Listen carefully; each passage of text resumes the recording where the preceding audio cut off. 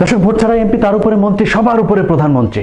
Vote পাক আর না পাক, সেই প্রধানমন্ত্রী নাকি এখন দেশের সীমানা পেরিয়ে জনপ্রিয়তার দিক থেকে বিশ্বের 2 নম্বর। যে কারণে 2 নম্বর সে প্রধানমন্ত্রীকে ব্যঙ্গ করে হজরত বলা যাবে না।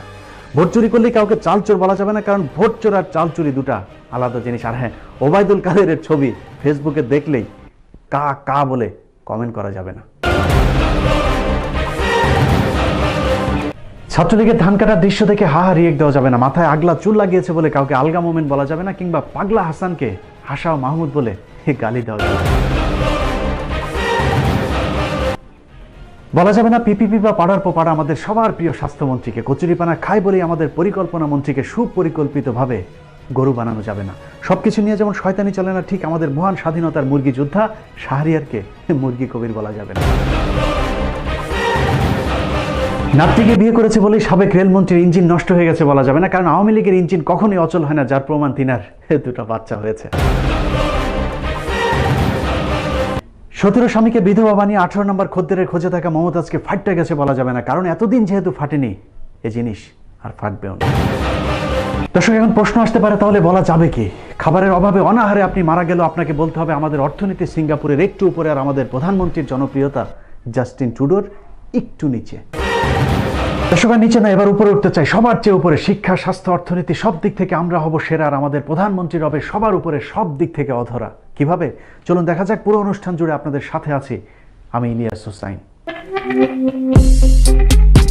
ইউরোপ, আমেরিকার মতো দেশ যেখানে হিমশিম খাচ্ছে, সেখানে ডিজিটাল বাংলাদেশের অভাবনীয় সফলতা দেখে পৃথিবীর বিভিন্ন জায়গা থেকে এরই মধ্যে শুভেচ্ছা পাঠাতে শুরু করেছে স্বাস্থ্যমন্ত্রী, প্রধানমন্ত্রী, বিশেষ করে তথ্যমন্ত্রী হাসান মাহমুদ ওরফে হাসাও মাহমুদকে।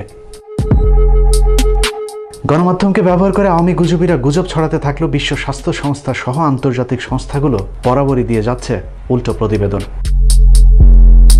এরই মধ্যে সময় টিভির গুজব প্রোডাকশনের তত্ত্বাবধানে প্রধানমন্ত্রীর নাম উঠে এসেছে বিখ্যাত ফোর্বস সাময়িকীতে, যেখানে হাসিনার ছবি দেখানো হয়েছে করোনা যুদ্ধে সফল রাষ্ট্রনায়কদের তালিকায়। বেওয়ারিশ কিছু গণমাধ্যমের মতো ঝড়ের গতিতে সেই খবর ছড়িয়ে পড়ে আওয়ামী লীগ, ছাত্রলীগ সহ জাতির নাতির ভেরিফাইড ফেসবুক পেজেও। কিন্তু আমাদের উৎসুক মন খোঁজখবর নিয়ে দেখে ফোর্বস সাময়িকীর প্রতিবেদন জাল করে জালিয়াতি করেছে আওয়ামী জাহেলিয়াত বাহিনী। করোনায় যেসব নারী সরকার প্রধানদের দেশের অবস্থা খুব করুণ, সেই তালিকায় থাকা শেখ হাসিনার ছবি এডিট করে বসানো হয়েছে সফল রাষ্ট্রনায়কদের তালিকায়। এভাবে একের পর এক সরকারের মাথা থেকে পা পর্যন্ত পুরোটাই লেজে গুজবে অবস্থা।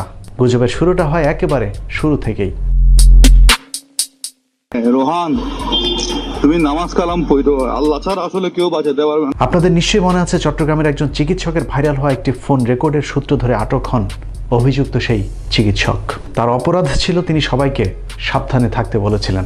1 মাসের মাথায় এখন প্রমাণিত হয়েছে সেই চিকিৎসক যা বলেছিলেন সেটাই সত্য। এখন যারা সরকারে আছে তারাই আসলে ছড়িয়েছে গুজব। এই ধরুন, শামীম ওসমানের নির্বাচনী এলাকা নারায়ণগঞ্জের কথাই ধরা যাক, যা বাংলাদেশের সবচেয়ে ভয়ঙ্কর মৃত্যুপুরীতে রূপ নিয়েছে। পরিস্থিতি শামীম ওসমানকে আতঙ্কিত করেছে, কিন্তু এই তো কদিন আগেও শামীম ওসমান যে গুজবটা ছড়িয়েছিলেন সেটা কিন্তু এখনো মানুষ ভুলে যায়নি। হয়তো আল্লাহর রহমত আমাদের উপরে করোনার ধাক্কা আসবে না, আমার বিশ্বাস, দৃঢ় বিশ্বাস। আমি আল্লাহ খোদার পথে আছি, এই বিশ্বাস। এই জন্য কোনো দেশের রাষ্ট্রনায়ক যদি খুব বেশি আল্লাহওয়ালা হন, সেই দেশের উপরে আল্লাহর একটা আলাদা রহমত থাকে। এবং আমার দৃঢ় বিশ্বাস, আমার দেখা মতে, আল্লাহকে সাক্ষী রেখে বলছি, আমার দেখা মতে আল্লাহকে সাক্ষী রেখে বলছি, 1 বার না 3 বার সাক্ষী রেখে বলছি, আমি এত আল্লাহওয়ালা মানুষ, আমি শেখ হাসিনার মতো এত আল্লাহওয়ালা মানুষ দেখিনি। তার মতো অনেকে একের পর এক দায়িত্বজ্ঞানহীন বক্তব্য দিতে থাকে দায়িত্বশীল জায়গা থেকে। যে দেশের প্রধানমন্ত্রী সকালটা শুরু করেন তাহাজ্জুদে নামাজ দিয়ে আর পবিত্র কোরআন তেলাওয়াত করে, সেই দেশে ইনশাআল্লাহ এটা আমরা ওভারকাম করব, এটা আমি আশাবাদী। নওগাঁর এক এমপি তার ফেসবুকে করোনার বিরুদ্ধে গুজব রটিয়ে প্রথম সংসদ সদস্য হিসেবে তিনি নিজেই আক্রান্ত হয়েছেন। গুজব ছড়িয়েছে মাহবুবুল আলম হানিফ ওরফে ধান্দাবাজ হানিফ। এভাবেই করোনাকে নিয়ে হাসি ঠাট্টা করেছে আওয়ামী লীগের সর্বপর্যায়ের নেতৃবৃন্দ। গুজব ছড়িয়েছে পররাষ্ট্রমন্ত্রী আব্দুল মোমেন ওরফে আলগা মোমেন। একেবারে শুরুর দিকে তিনি মানুষকে আতঙ্কিত হতে না করেছিলেন, কারণ এটা সাধারণ সর্দি জ্বরের মতো একটি অসুখ। আমাদের দেশের ইনহাউস দেশি কোনো ভাইরাস নাই, এটা সর্দি জ্বরের মতো। হ্যাঁ, আর আমাদের দেশে এটা মোটামুটি এখনো খুব বড় আকারে। আলগা মোমেনের সহকারী তো তার চেয়েও দুগজ উপরে। নিজের ফেসবুক পেজে গুজবের বিরুদ্ধে পোস্ট করতে গিয়ে তিনি নিজেই ছড়িয়েছেন আরেকটি গুজব।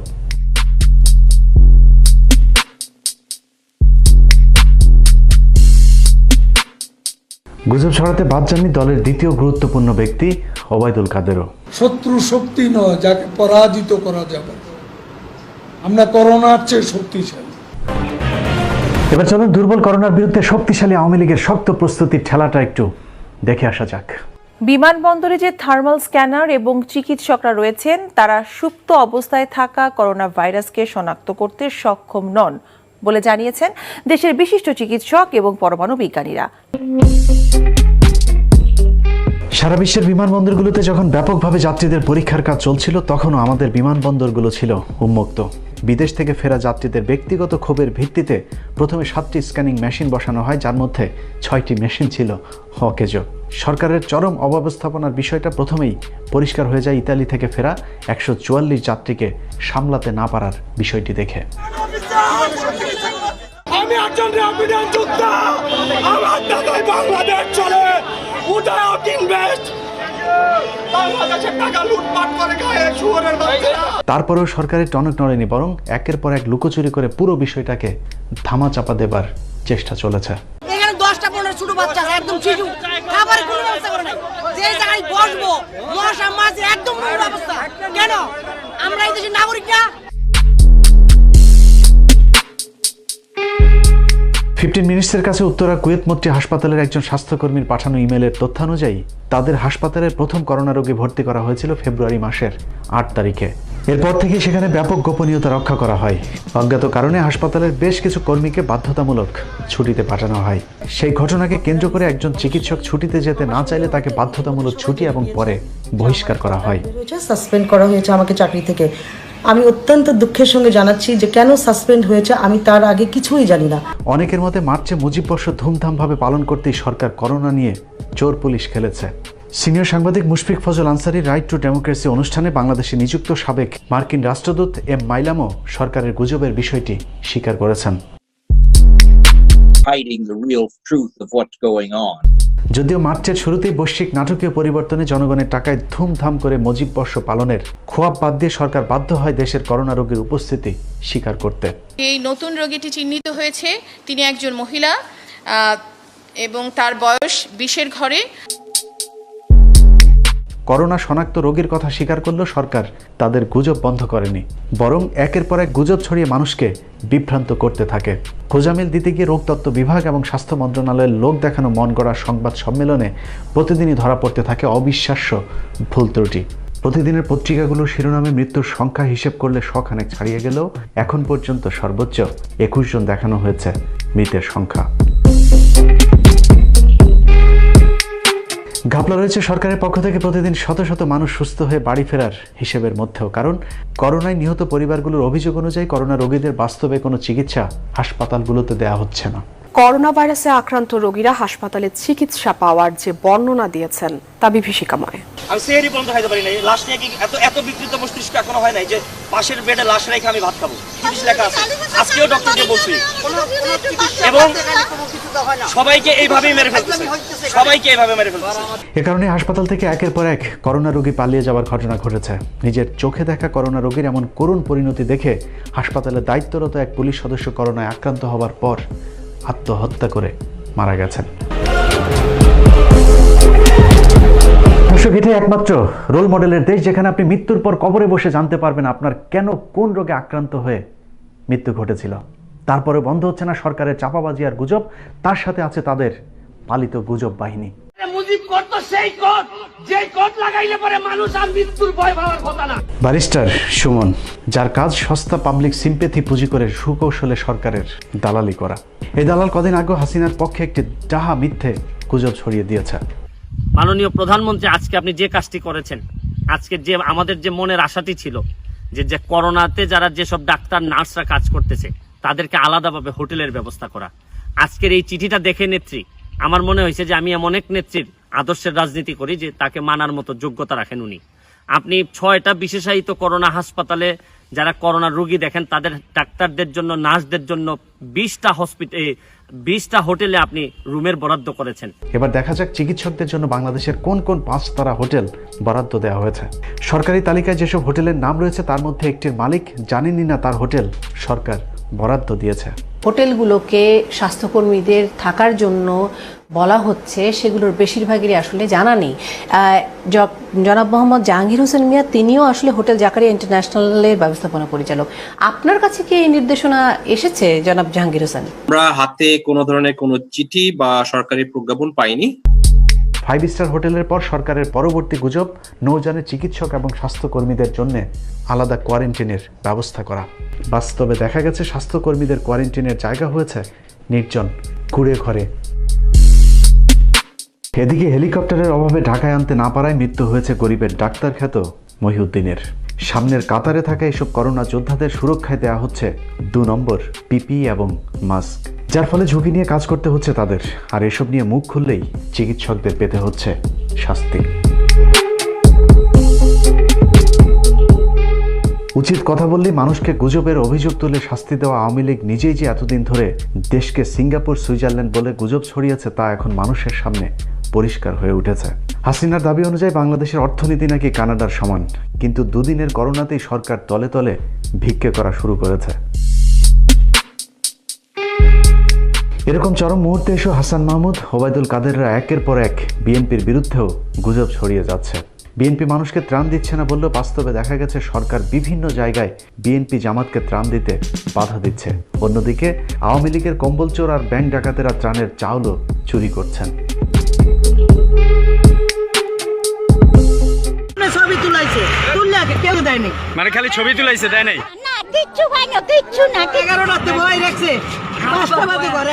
গুজব রয়েছে চাল চুরের বিচার নিয়েও। চাল চুরির ঘটনায় কোথাও বিচার তো হয়নি, যে কজনকে আটক করা হয়েছিল তারাও সব ছাড়া পেয়ে দ্বিগুণ উদ্দীপনায় চাল চুরি শুরু করেছে। ভোলার চালচুর পুত্র নাদিম 2 দিনের মাথায় জেল থেকে বের হয়ে আবারও সেই সাংবাদিককে হুমকি দিয়েছে এলাকা থেকে বের হয়ে যাবার। এসবের কারণ একটাই, তা হলো চাল চোরদের মূল হোতা বসে আছেন মাথার একেবারে উপরে, যিনি হাইকোর্টের রায় থাকা সত্ত্বেও সেনাবাহিনীকে ত্রাণের দায়িত্ব দেননি। চাল চোরদের সবশেষ গুজবের নামে অ্যাকাউন্টে টাকা পৌঁছে দেয়া। দেখা যাক সেটার অবস্থা কি।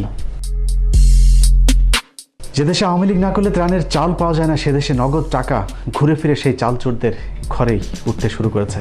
2-2.5 হাজার টাকা পাওয়ার জন্য 500 টাকা ঘুষ দিতে হচ্ছে কম্বল চোরদের বংশধর চাল চোরদেরকে।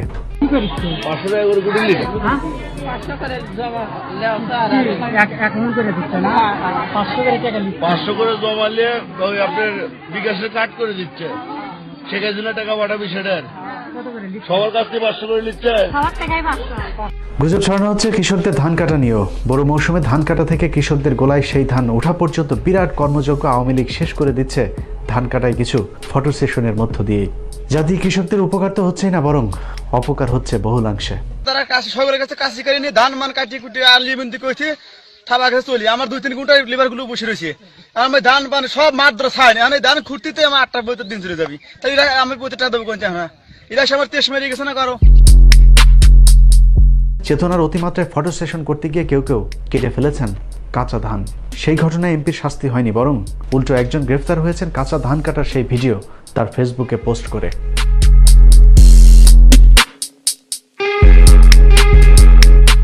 এভাবে আওয়ামী গুজবের দেশে সত্য বললেই মানুষকে নানাভাবে হয়রানি করা হচ্ছে। গণমাধ্যমে সরকারের নিয়ন্ত্রণ ঠিকঠাক রাখতে এরই মধ্যে বেশ কয়েকজন কর্মকর্তাকে দায়িত্ব দেওয়া হয়েছে। গুজবের বিরোধিতার কথা বলে সরকার মানুষের মুখ চেপে ধরার নতুন নির্দেশনাও জারি করেছে, যেখানে আওয়ামী চাল চোরদের পাশাপাশি স্বামীর দেশের বিরুদ্ধেও যেন মানুষ প্রতিবাদ করতে না পারে সেই ব্যবস্থাও নেওয়া হয়েছে।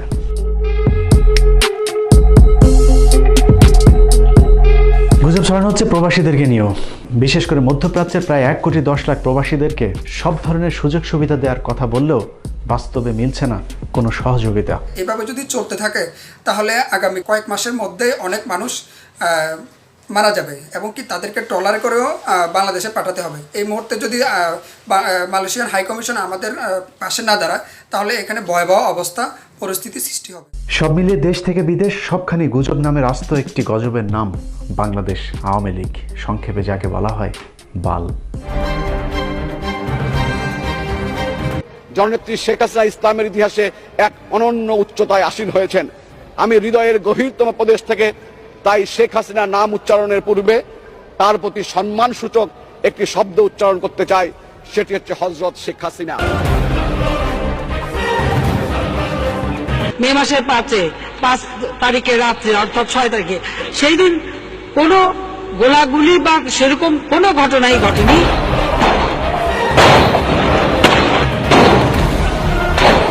এত লোককে আমরা এই ছোট্ট জায়গা থেকে বের করে দিয়েছি শান্তিপূর্ণভাবে, সেখানে কিন্তু স্ট্যাম্পিডেও কেউ কিন্তু আহত নিহত হয়। বিভিন্ন রকম হলো বোম মারা, গুলি করা, লোপাতাড়ি গুলি করছে, কিছু ডাইরেক্ট গুলি করেছে। অনেক আল্লাহর বান্দাদেরকে শহীদ করেছে। তাহাজ্জুদের নামাজ পড়েন, পড়ে তারপর ফজরে নামাজ পড়েন, ফজরে নামাজ পড়ে কোরআন শরীফ পড়েন, তারপর পেপার পড়েন, চা খান, ভোরে নাস্তা করে কাজ শুরু করেন, রাত 12টার পর ঘুমাতে যান। তিনি মাননীয় প্রধানমন্ত্রী শেখ হাসিনা। জনগণের ভোটটা চুরি করে ক্ষমতায় আসা ওই নিয়ত আমাদের নাই। মাননীয় প্রধানমন্ত্রী শেখ হাসিনার একটি বক্তব্য আমাকে আবেগ আপ্লুত করেছে, আমি তা উল্লেখ করছি। ক্ষমতায় এসে আমি প্রথম দরবার হলে গিয়ে জানতে চেয়েছি সেনাবাহিনীর কি কি সমস্যা। তারা আমাকে জানালেন আমরা দুপুরে ভাত খেতে চাই, তারা তখন দুপুরে রুটি খেত। এই কথাটা শুনে আমি খুব কষ্ট পাই। সেদিন থেকে আমিও দুপুরে ভাত খাওয়া বন্ধ করে দেই। খালেদা জিয়া কি করেছিল? মুরগির উপরেও বোমা মেরেছে। আমি স্বপ্নে দেখেছি বন্ধুকে টুঙ্গিপাড়ার কবর থেকে বলছে ডেকে, আমি তোদের কাছেই রেখে এসেছি আমার শেখ হাসিনাকে, আমার শেখ রেহানাকে। লেবুখালী সেতু নির্মাণ কাজ দ্রুত চলছে। শেখ কামাল, শেখ জামাল ও শেখ রাসেল সেতু নির্মাণ করা হয়েছে। এরা কি লেখাপড়া করে নাই? লেখাপড়া ছাড়াই কি চাকরি পাইছে? কি লিখছে আপনার কাছে? নাম আছে আবার বাবলু, লেখছে বালবুলু।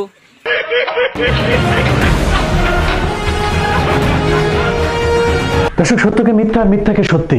মিথ্যার রাজ্যে মিথ্যেই যখন মিথ্যেবাদী রাজার একমাত্র ভিত্তি, তখন সে রাজ্য প্রজাদের বিচার হয় গুজব ছড়ানোর দায়। আরে ভাই, গুজব কি? পুরো রাজ দরবারটাই তো একটা গুজবের কারখানা। বাংলাদেশ একটি স্বাধীন সার্বভৌম দেশ, আর আওয়ামী লীগ সে দেশের সরকার, আর শেখ হাসিনা সেই সরকারের বৈধ প্রধানমন্ত্রী। এর চাইতে বড় গুজব এই পৃথিবীর মধ্যে আর কি থাকতে পারে? পাসপোর্ট বাতিলের ভয় দেখিয়ে লাভ নেই। আমরা দেশ স্বাধীন হওয়ার আগে এ দেশে ফিরছি না। আল্লাহ হাফেজ।